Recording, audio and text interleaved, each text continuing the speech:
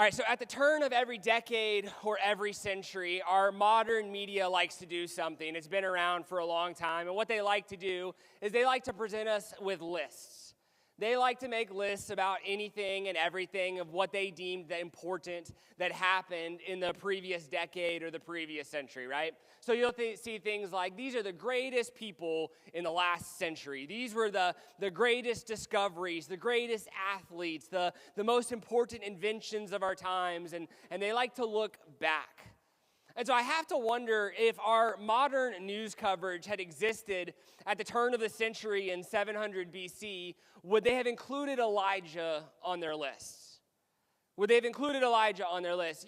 You know, if you look at what we've looked at the first couple weeks of this series, you think, okay, Elijah's done some pretty cool things, and maybe he would make the list. But if he made the list, I think one of the main reasons he would is because of what we're going to be looking at today. It is the singular event that kind of defines the life of Elijah in the eyes of most people, in the eyes of the church. It is the title graphic for our series. It is the showdown at Mount Carmel.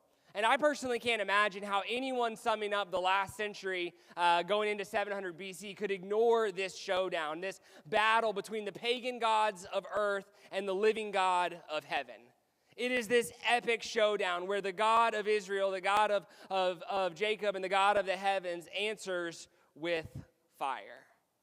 So we pick up in Elijah's story, and if you remember, Elijah was called. He just pops up in 1 Kings chapter 17, and he's called to go to Ahab, the wicked king of Israel, and say, because of your sin, because of your idolatry, because of your wickedness, there will be no rain. And then God tells Elijah to go.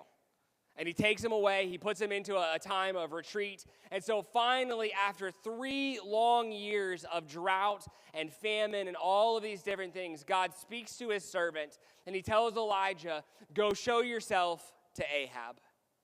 You see, 3 years earlier, he had said, go hide yourself at the Cherith Brook.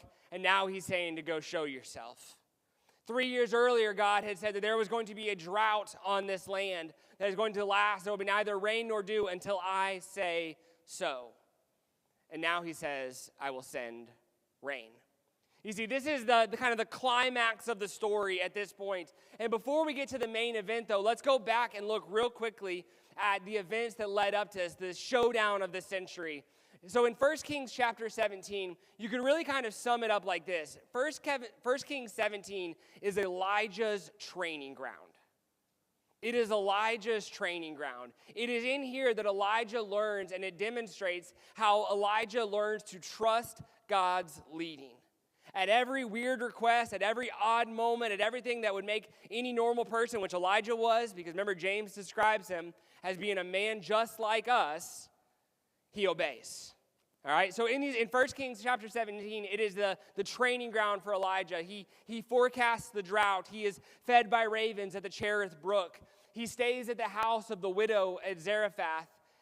God provides miraculous provision of flour and oil and food, and he prays for the healing of the widow's son. So 1 Kings chapter 17 is the training ground for the life of Elijah, and 1 Kings 18, we're entering into the climax of the story. The way I like to think about this, because I'm a sports guy, is if you've ever seen a sports movie of any kind, you know that right before the climax of the movie, right before the main story, whether it's the title fight or the big game or whatever it may be, before they show that, they cut and they do a montage of the training that led up to that moment, all right? So for me, the obvious thing that came to my mind is that of Rocky Balboa. All right, in all of the Rocky movies and all of the Creed movies, there's this big fight that's coming, this big conflict, and a good chunk of the movie is simply the backstory. It is the training that happens before the fight. The fight in the Rocky and Creed movies is only a small portion of the movie. The majority of it is the build-up to that. I think of the iconic scenes of Rocky, of hitting the bags and running the streets of Philadelphia, and then, of course, the iconic moment as he climbs the stairs. But it's in the training and the preparation that these moments happen.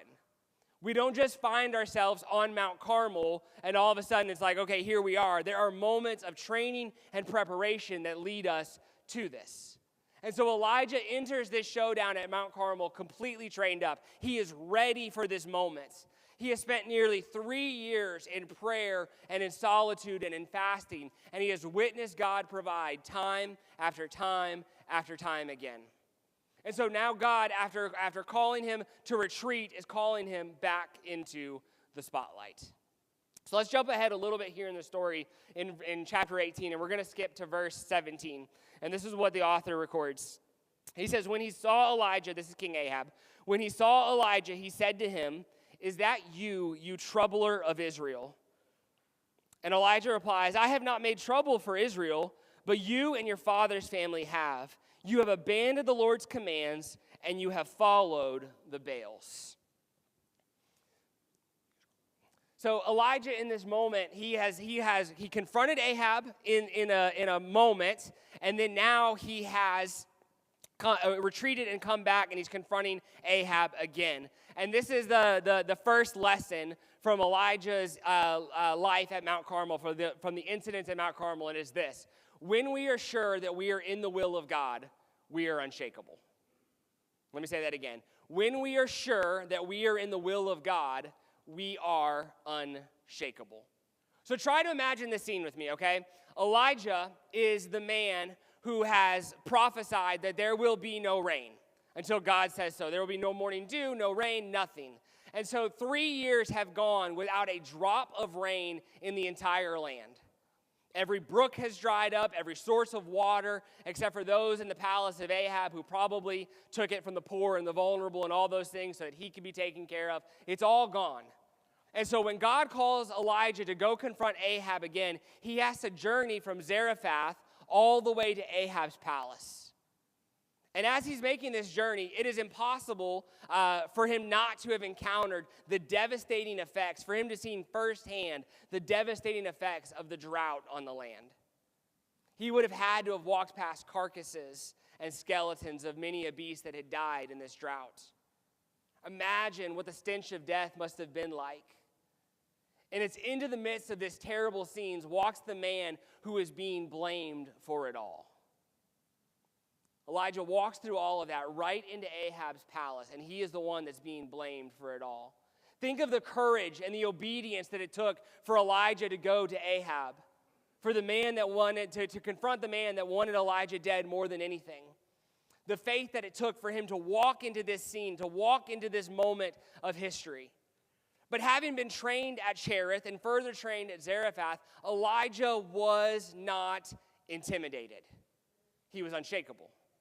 In fact, not only was he not intimidated, but he had the authority and even the audacity to shift the blame back to where it belongs. And so when Ahab calls him the troubler of Israel and accuses him of being the reason for this drought, Elijah's like, no. Don't even go there. Don't you put the blame on me. I am not the reason that this drought is here. God has brought judgment on Israel because of you. It's your fault, Ahab. It is your idolatry. It is your wickedness. It is your sin that has brought on God's judgment on Israel. It is not my fault. You're the reason we haven't had rain. You've broken the Lord's commandments. You are worshiping idols. Elijah is severe and confident in his message to Ahab, right in the midst of Ahab's home palace. Because Ahab had been so blatantly and shamelessly disobedient. And Ahab needed to know that the God of heaven was supreme. And so Elijah was sure that he was in the will of God. Elijah in this moment knows that he is walking in the will of God. He knows that God has asked him to go confront Ahab in this moment. And this knowing that he's in the will of God has produced this certainty inside of him, this kind of faith and dependence of God that was unshakable no matter the circumstance. No matter what God was calling him to do, because Elijah knew that he was in the will of God, he had a faith and a confidence in God that was unshakable. So the obvious question for us, though, is how does Elijah know that he's in the will of God? I have two quick thoughts on that. The first is this. The default orientation of Elijah's heart was obedience. Let me say that again. The default orientation of Elijah's heart was obedience. You see, it was in obedience that he confronts Ahab in the first place and that he forecasts the drought, that he declares that there will be no rain, that there will be no morning dew. It's in obedience that he retreats to the Cherith Brook. It's in obedience that he stays at the brook when the water has dried up. It's in obedience that he goes to the widow's house at Zarephath. It's in obedience that he makes the journey from Zarephath back to Ahab's palace to confront Ahab once again. You see, when the orientation of our hearts is one of disobedience or even one of partial obedience, we remove ourselves from God's will for our life. We can be sure that we're walking in the will of God when the orientation of our heart is one of obedience. When it's one that says, whatever God asks of me, I will do. When he speaks, I'll move. If he tells me to stay, I'll stay. Whatever God says, I will do. And so the first sign that Elijah knew that he was in the will of God was that the orientation of his heart was one of obedience. The second thing is that Elijah's life was rooted in communion with God. Elijah's life was rooted in communion with the living God. You see, Elijah was a man of faith who spent time in communion with God, in relationship with God. He did this through prayer and solitude and fasting. It was because of this communion with God that he could act in obedience when God spoke. We can't hear the voice of God and speak to us and act in obedience if we're not spending time in God's presence. If we are not people whose lives are rooted in communion with God on every single day of our life, every moment of our lives, then how are we going to know when God speaks to us and asks us to do something?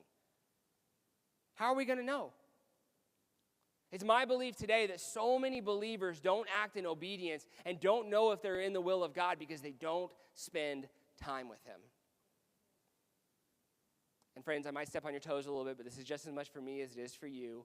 But coming to church on Sundays and Wednesdays and occasionally reading the Bible isn't enough.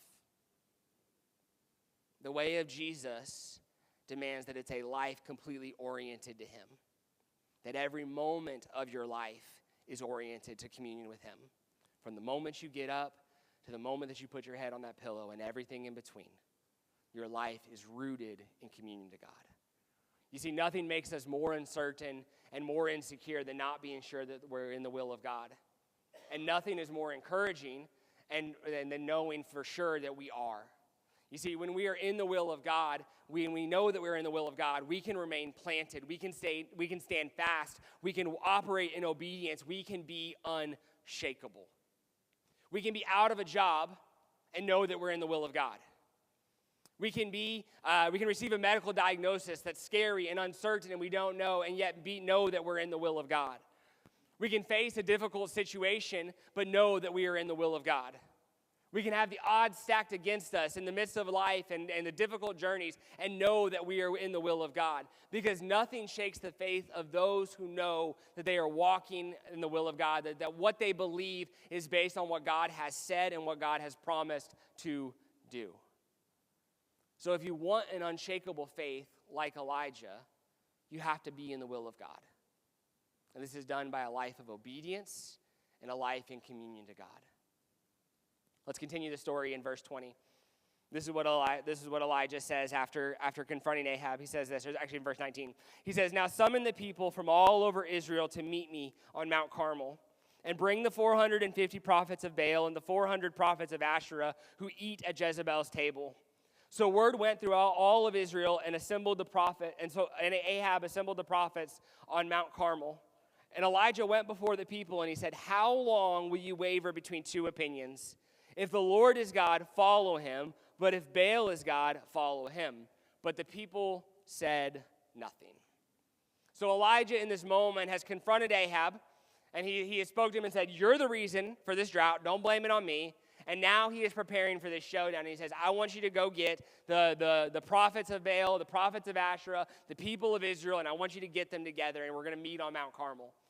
And Elijah demands that the prophets and the priests of Baal and Asherah come because they had prompted and promoted the worship of idols in Israel. And so Elijah commands Ahab to summon them, and he's going to speak to them directly for the majority of the coming showdown.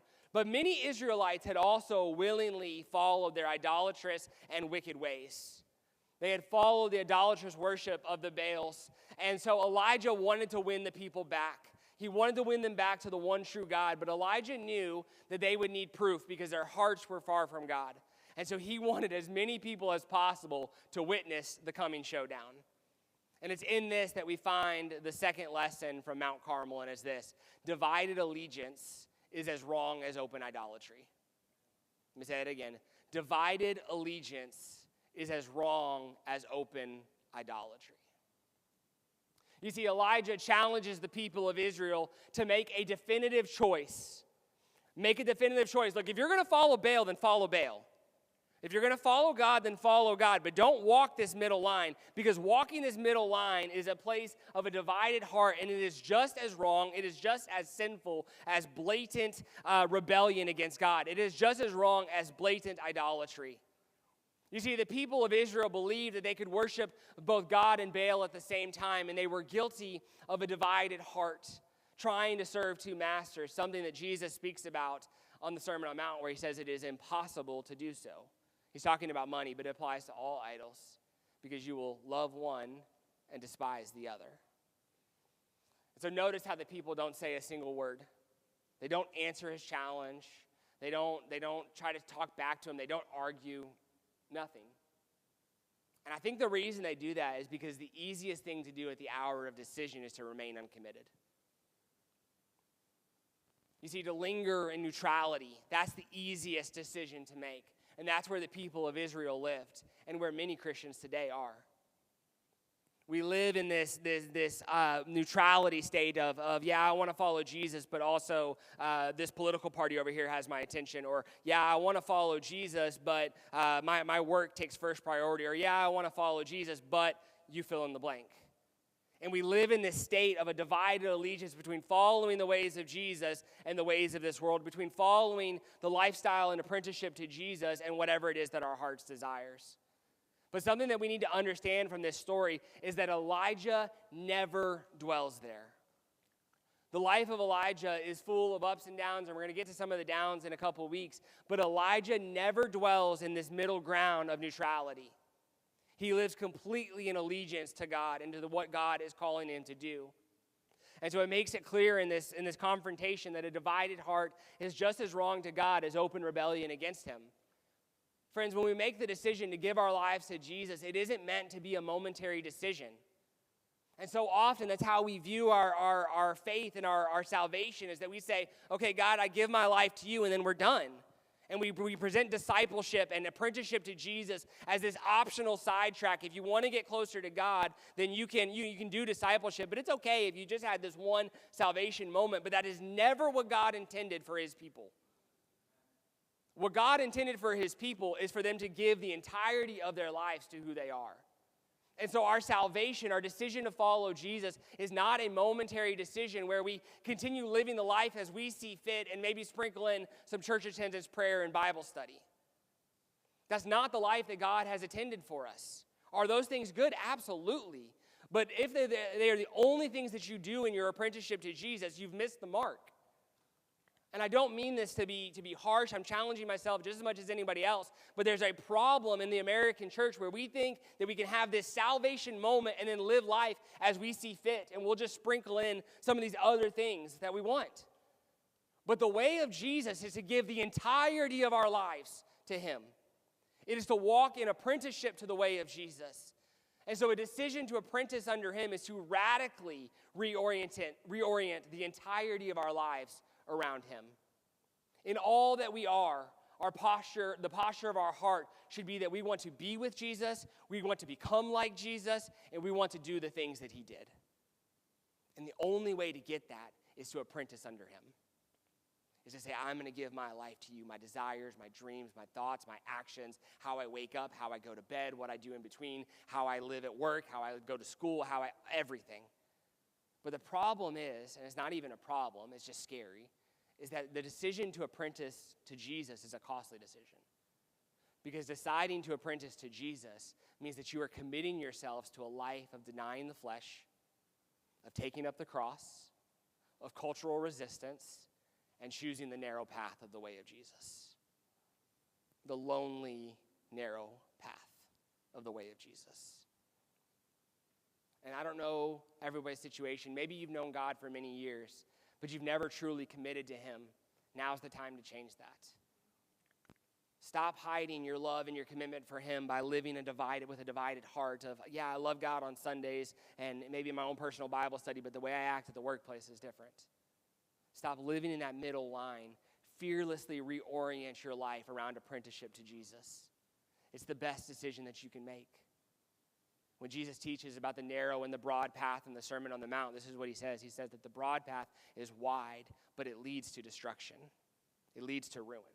And friends, yes, this has eternal impacts, but in that moment, Jesus isn't even talking about eternity. He's talking about in the life right here and now.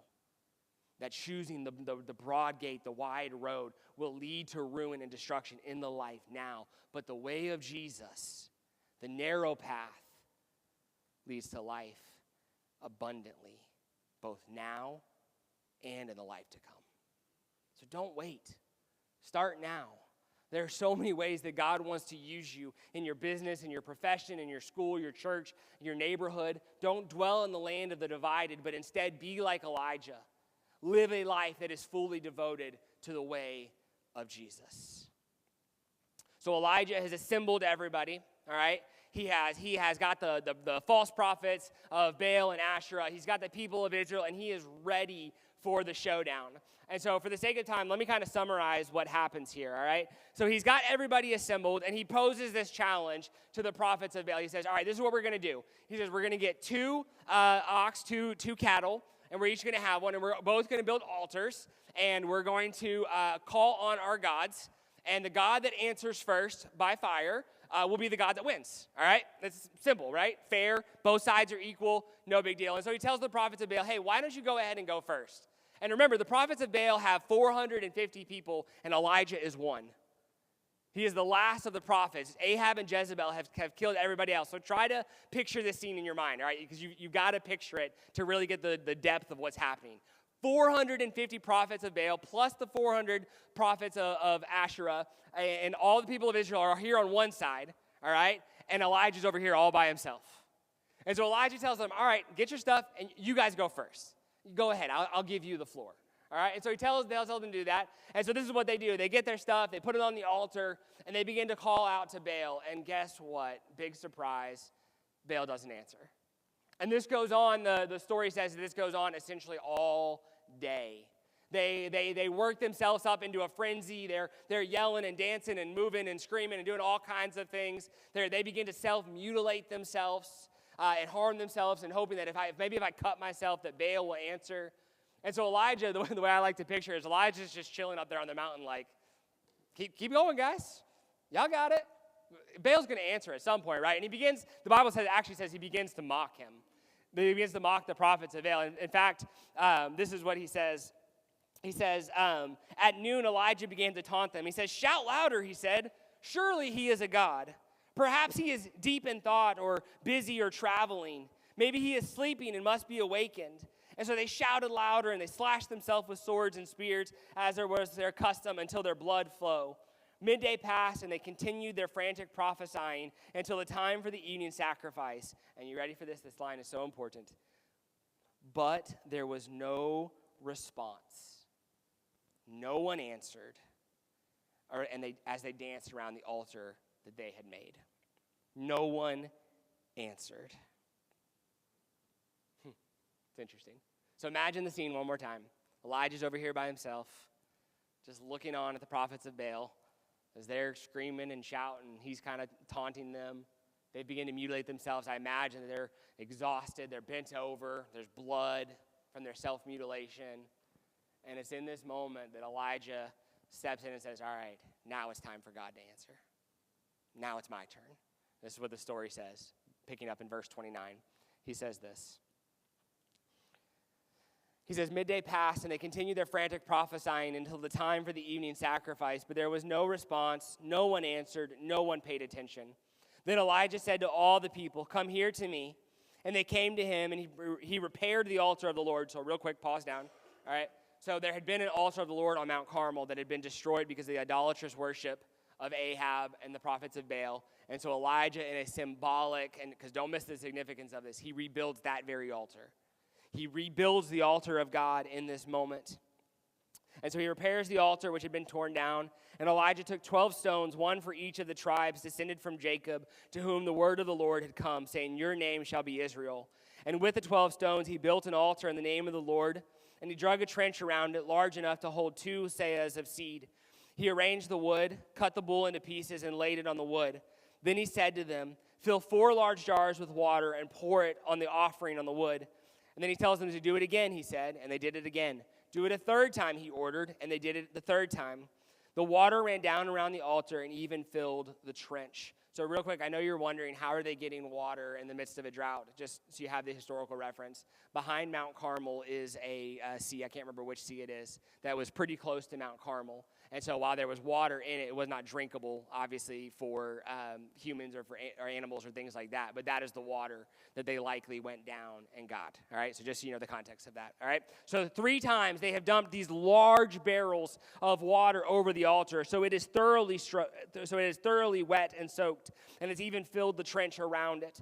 And at the time of the sacrifice, the prophet Elijah stepped forward and prayed, Lord, the God of Abraham, Isaac, and Israel, let it be known today that you are God in Israel and that I am your servant and have done all these things at your command. Answer me, Lord. Answer me so these people will know that you, Lord, are God and that you are turning their hearts back again. Then the fire of the Lord fell and burned up the sacrifice, the wood, the stones, and the soil, and also licked up the water in the trench. When all the people saw this, they fell prostrate and cried, the Lord, he is God. The Lord, he is God. So our last lesson from the story of Mount Carmel is this. Our most effective tool is the prayer of faith. Our most effective tool is the prayer of faith. You see, it's at this dramatic juncture that Elijah steps onto the scene. Like I said, he's been watching the prophets of Baal go at it. They're doing their thing. And Elijah's like, okay, enough is enough. It's time for God to speak. And so Elijah steps onto the scene. Everything that he had trained for, everything that he had endured in silence and in solitude is now about to pay off. And more importantly, this was God's moment of proof to the people of Israel, that he was God. The idolatrous worship of Baal and Asherah had gone on long enough, and his people needed to know that he was God. And so if you weren't sure that Elijah was a man of faith who knew that God was going to show up just from the basic premise of the challenge, you absolutely know it now as Elijah doubles down on the challenge by taking what the prophets of Baal had done and making it even more difficult for the God of heavens to answer by taking these large barrels and pouring them over the altar 3 times, completely soaking it. And then what does Elijah do? This is such a striking contrast to the prophets of Baal that you can't miss. Elijah simply prays. He simply prays. His prayer was a simple one, but it was a prayer of faith. There was no pleading. There was no screaming. There was no shouting. There was no frenzied cultic dance. No empty repetition of the same words for hours. Just a plainly spoken request that God would show up. That he would prove that he is the one true God, that he would leave no doubt. The contrast is stunning, and the response was immediate. When it came down to it, Baal had failed and failed miserably, I might add. And God was about to do his work. And the one instrument that Elijah employed in this moment was prayer. So my question for you and for me is, how telling is it in our lives that we try everything but prayer first? How telling is it in our lives that we try everything but prayer first? You see, the first response of our hearts the first response in our life should be, in the midst of any situation that we find ourselves in, should be to orient our hearts to God through the practice of prayer. That should be the first response. You see, the prayer of faith is what sets everything in motion. It's how we remain connected to God. If we are not people of prayer, we're not connected in communion with the living God. You see, prayer is not a formula or a straight path. It's more like a winding road that we travel over a lifetime, and the key is to just stay on the path. But the problem is that so many of us, myself included, is we view prayer as, okay, I'm going to go to God and I'm going to ask him for something. I'm going to make my request to God. It's communication with God. And while that's absolutely a part of prayer, if that's the only way that we're viewing prayer, and that's the only way that we practice prayer, then we will miss out on the full depth of the life that God offers to us through communion with God through the practice of prayer. You see, we don't pray to God to get something from God. We pray to God because we want to spend time with God. We default our hearts to where the orientation of our hearts is that at every moment, the thing that comes to our mind is the living God, that I want to be in relationship with God. And the way you can test one of the ways you can test if your orientation is this way is when you wake up in the morning, what's the first thing that you do? Is it to offer a prayer of thanks to God, or is it to grab the smartphone off the stand? What do you do in the middle of the day when you're getting kind of busy and life's going on? Is your first thought to go to God in prayer and to thank Him for what He's doing, or is it to continue your work and get distracted by other things? What's the orientation of your heart when you go to bed after a long day? Is it to look back and thank God in prayer for all that He has given you, all that He's done in that day, even if it was a hard day? Or is it to numb ourselves with the television or whatever else it may be? You see, one of the issues in the church today is that we're a prayerless church. We're a prayerless church. And I don't mean Calvary. I'm talking about the Big C church in America. We're a prayerless church. And we wonder why God doesn't move, why God doesn't speak. And it's because we are a people that don't spend time with God. We'd rather clamor for power, for prestige, for notoriety, for the desires of our heart, rather than be a people that get on our knees and spend time in prayer with God. Theologian Ronald Rolheiser puts it this way. He says, there is no bad way to pray, and there is no one starting point for prayer. All the great spiritual masters offer only one non-negotiable rule. You have to show up for prayer, and you have to show up regularly.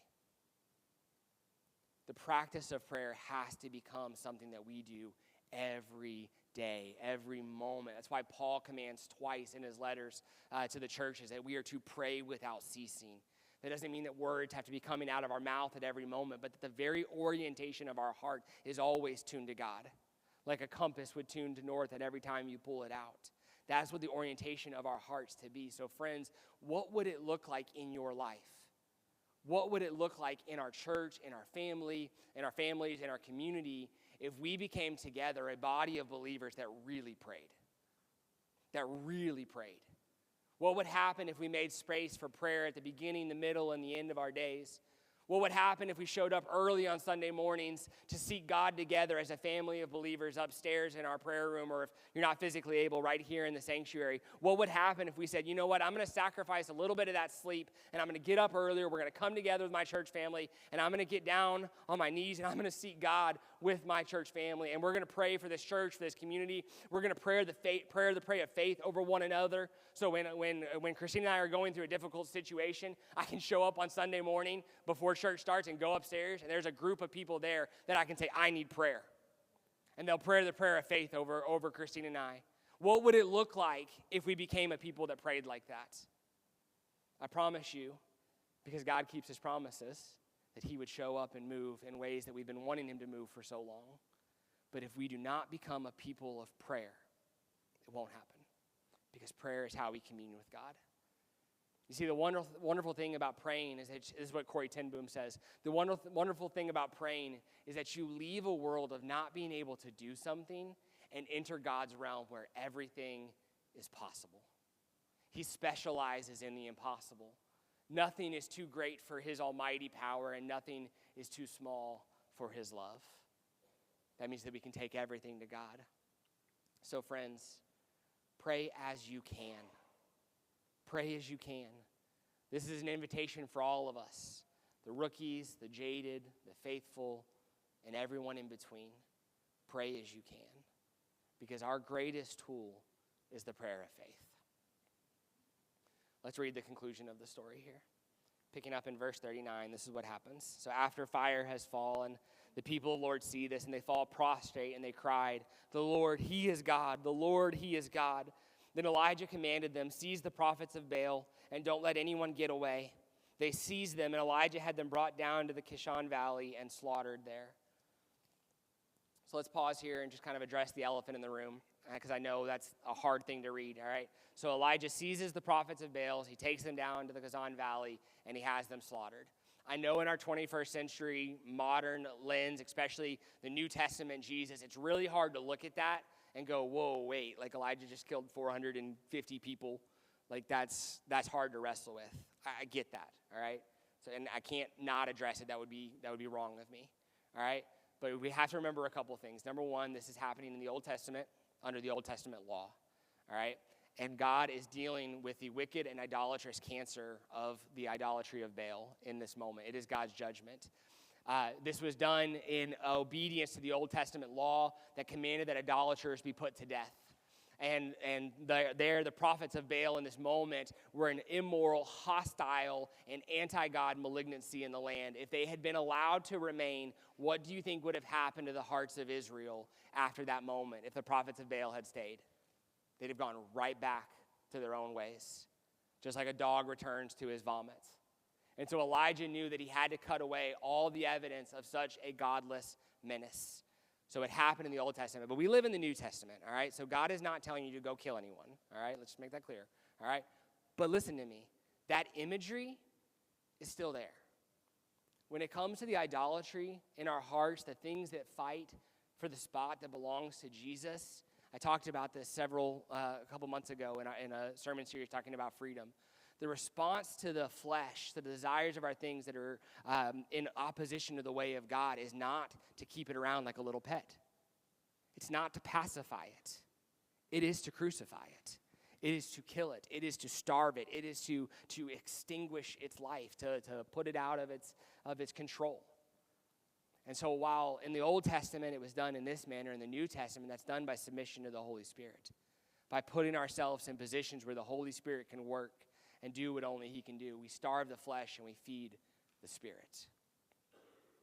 So this entire incident on Mount Carmel revolves around one dedicated life, the life of Elijah. Remember this. Remember the imagery. 450 prophets, all the people of Israel, Ahab, and Elijah by himself. So this entire incident centers around Elijah's commitment to God and his commitment to God in the darkest moments of Israel's history. And it led to the people returning to God. He was a man all alone, outnumbered by a hostile king and the king's evil and powerful wife, the prophets of false gods, and countless unbelieving Israelites. Yet all of them were silenced and intimidated by one dedicated man. So how many people have been influenced by my life or by your life?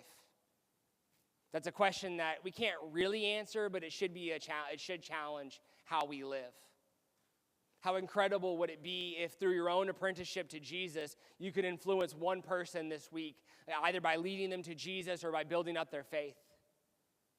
And I know for some of us that sounds impossible, but you know it's not, because the Bible and the history of the church are filled with stories of the difference of one person's dedication to God and what the difference has made in other people's life.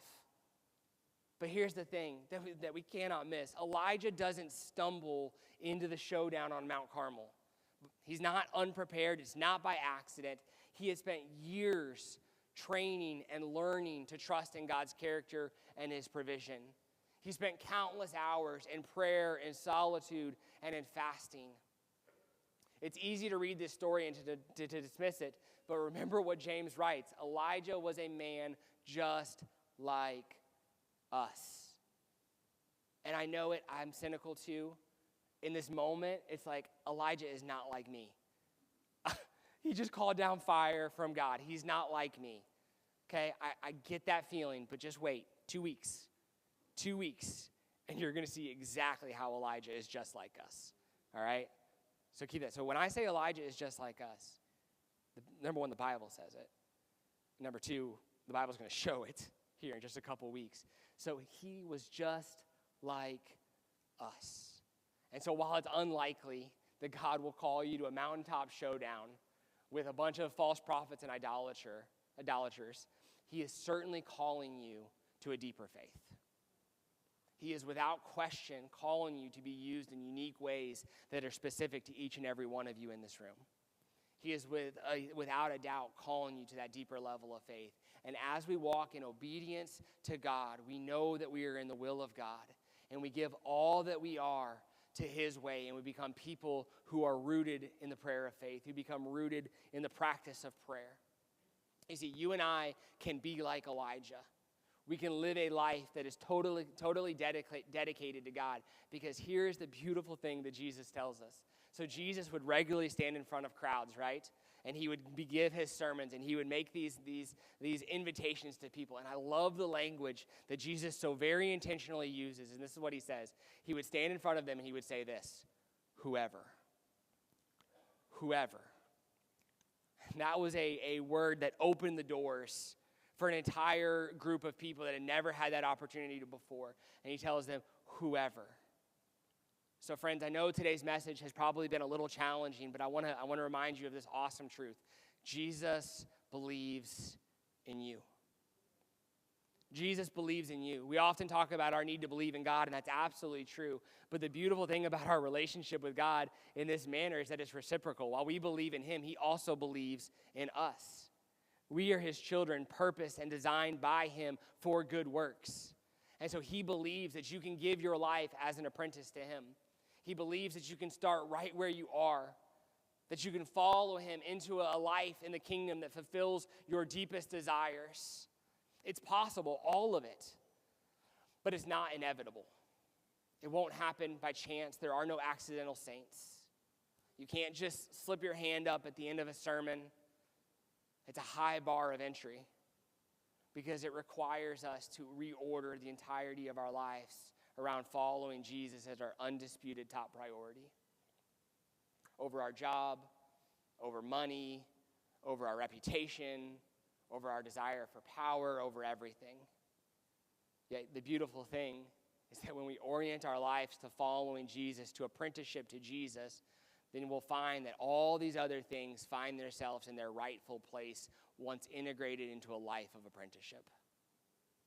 You see, God loves us so much that he says the things that you care about, your job, your family, your financial status, your whatever it may be, when you give your life to me, I care about those things too, but we're going to reorient them in the correct order.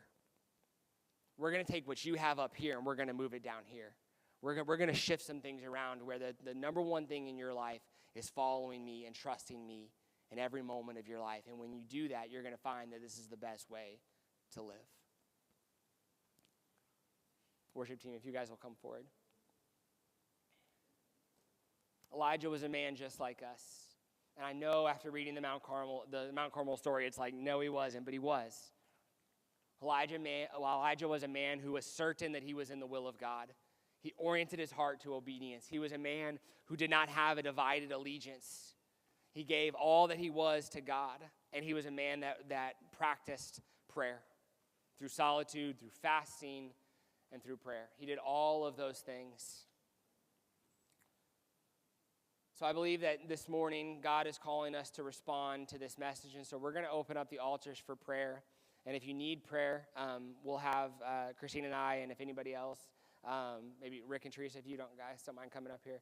We're going to have some people available to pray over you today. And these are just the 4 questions that I feel like God is asking of us today. We have 4 simple questions. The first is this, are you walking in obedience to the will of God for your life? And don't just immediate answer. Take a moment and let the Holy Spirit search you. Are you walking in obedience to the will of God for your life? The second is this, is there any divided allegiance in your life that you need to confess and surrender? Is there any divided allegiance that you need to confess and surrender? The third question is this, do you need to partner with someone and pray the prayer of faith over a situation in your life? Do you need to pray the prayer of faith over a situation? Or maybe you just need to get back to the practice of prayer and make it the priority that it needs to be. And the last question is this, are you ready to commit your life to apprenticeship to Jesus? Are you ready to reorient all that you are, all that you want, all that you desire around apprenticing to Jesus?